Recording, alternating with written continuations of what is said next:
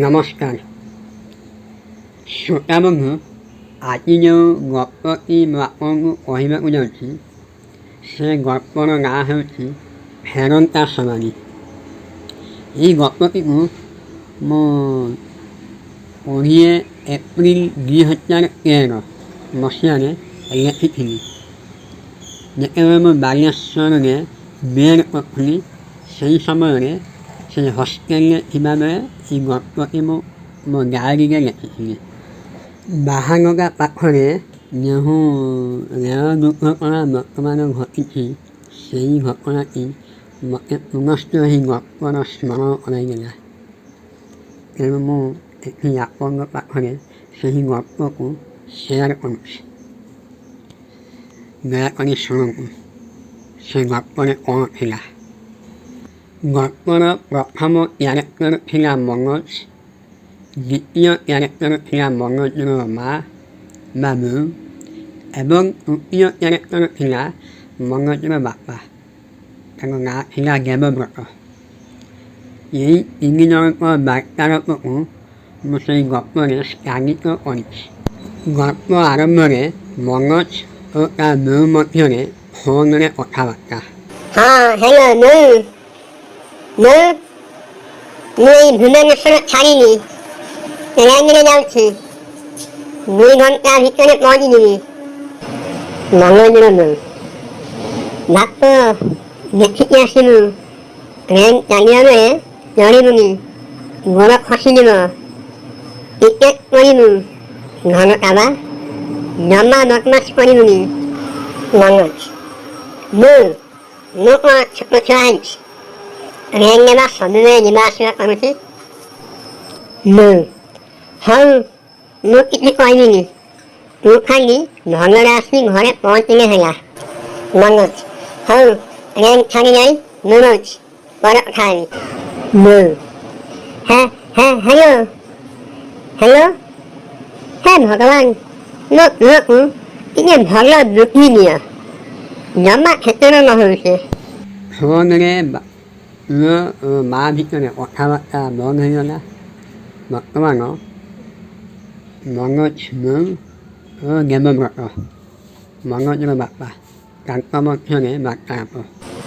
ମନୋଜ ବୋଉ, ହେଇକି ଶୁଣୁଛ, ଶୁଣ ମ, ସମୟ ଆସି ଏତେ ହେଲାଣି, ମନୋଜ ତ ଆସିବା କଥା, କାଇଁ ସେ ଏପର୍ଯ୍ୟନ୍ତ ଆସିନାହିଁ। ଦେବବ୍ରତ, ମନୋଜର ବାପା, ଓହୋ, କାହିଁକି ଏମିତି ହେଉଛ, ସେ କ'ଣ ଛୋଟ ପିଲା ଅଛି? ତମର ଏକା ପୁଅ ଅଛି ନା ଆଉ କାହାର ପୁଅ ଅଛି? ସବୁବେଳେ ଖାଲି ପୁଅ। ବୋଉ, ନା ମୁଁ କ'ଣ କହୁଥିଲି କି? ଦେବବ୍ରତ, ତମର କିଛି କହିବା ଦରକାର ନାହିଁ, ସେ ବଳେ ଆସିଯିବ। ସମୟ ରାତି 10ଟା ପାଖାପାଖି। ମନୋଜ ବୋଉ, ହେଇକି ଏବେ ତ ମୋ କଥା ଟିକେ ଶୁଣ, ରାତି ଆସି 10ଟା ହେଲାଣି, ତଥାପି ତମେ ଚୁପଚାପ ରହୁଛ ଯେ, ମୋବାଇଲଟା ବି ଲାଗୁନି, କୁଆଡ଼େ ଗଲା କେଜାଣି।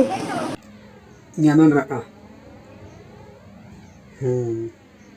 ଆରେ ସତେ ତ, ସମୟ ତ ଏତେ ହେଲାଣି, କ'ଣ କଥା, ମନୋଜର ଦେଖା ନାହିଁ। ମନୋଜ ବୋଉ, ଆରେ ଷ୍ଟେସନ ଆଡ଼େ ଟିକେ ଯାଇ ବୁଲି ଆସୁନ, କାଳେ ଟ୍ରେନ୍ ଆସିବା ବିଳମ୍ବ ହୋଇଥିବ। ଦେବବ୍ରତ, ତମେ ଠିକ୍ କହୁଛ, ମୁଁ ଯାଇ ଦେଖି ଆସୁଛି।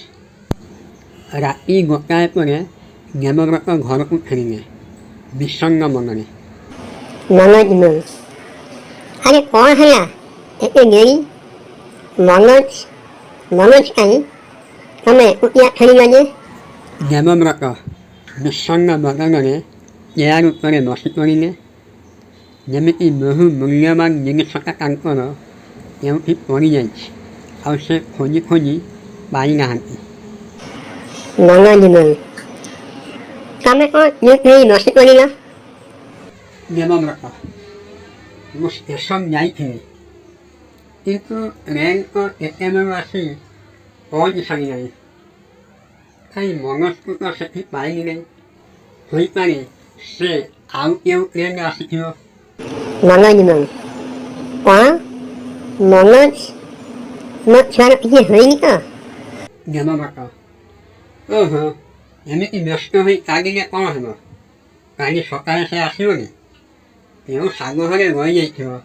너는 하이 소이거나 가게 아수시 호응난 이피 호응난 거명난 암에 그이까 문화무기에 핀 내가 이게 뭐 하이 헛거 해우추 아 남은 거는 니가 만우니 막 아수시 원하님은 다음 까마귀 우나이기오니 신니스병으로 수일하려 보니지만 나하게 어디 까마귀에서 본 니스병을 보니까냐 내가 홈 먹게 무사하면 니게 하이 소이거나 가게 해우 내 피가 꺼내서 누가 상공고 거명이 자기 연합군이 뭐 우아리지 하가품이 인천 권이지 원하님은 해먹어만 애미기 있지 마 해먹어서 우리 사람으로서 나는 우리 사람으로서 젓가락 다리 깜빡하마시 호응링 삼고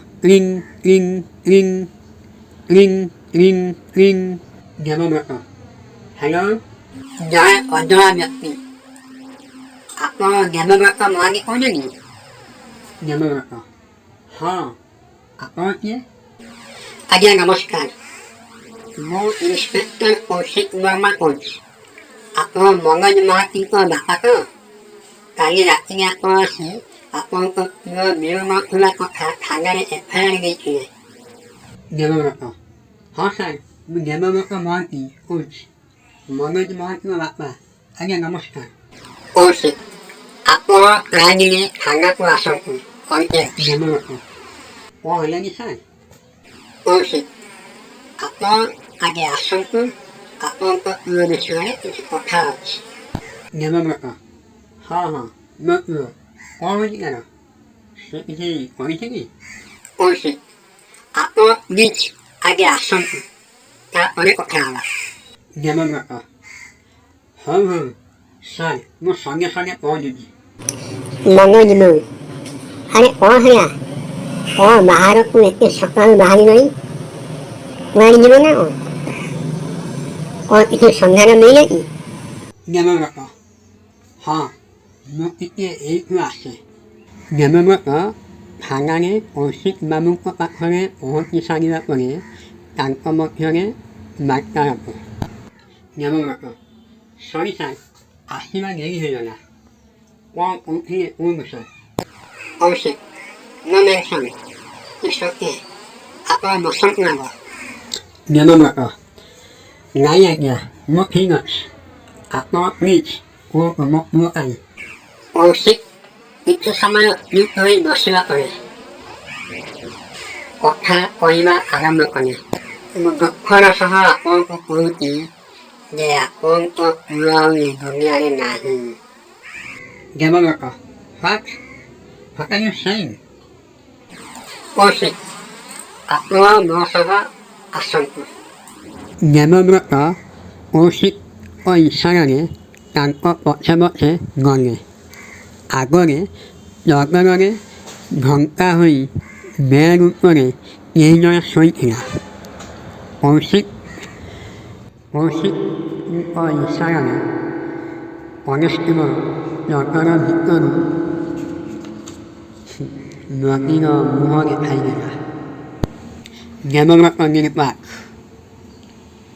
이거야 이치 무지 빠는 것 중에 이게 뭐로 맹기야 부엌에 앉거나 이게 아람의 스위치 소개 아히기 까까로야 갑이 뭐하는 허인 것이야 소개이 저 서문인 거니 아람의 스위치 얼파 묵으니까 멋있다네 오식 산 아빠가 그니 타이게왔더니 아메 아무거나 그 고냐고니 거니 이기는 여시겠어도 오늘 아시야 예 너의 유력하는 목표에서 레일라인에 보이지 아미는 인메스팅에 오리만으로 다 머니 벌수 다나 그 아빠는 기뻐할 바이 목표를 석히 따라 놓아버리니 너는 왜 어사는 하나가 이 양꼬 할 바이 오식 아무거나 서는 오히려 그게 인구 내면먹은 구 아웃 이치 수화나오구나. 난 우판이 멍어지 먹어 스스로가 수화나오구나. 멍에버리냐구나. 멍어지 먹 엉키네. Thấy sao 먹어냐 하니 너 사자로 먹고 니멍어네. 누구거나 이 머리 확딱 해야지. 새 이치 야리만 먹으면 따로 너무나 সম্পত্তি তা এখন ঘুরিয়ে নেয় নমস্কার।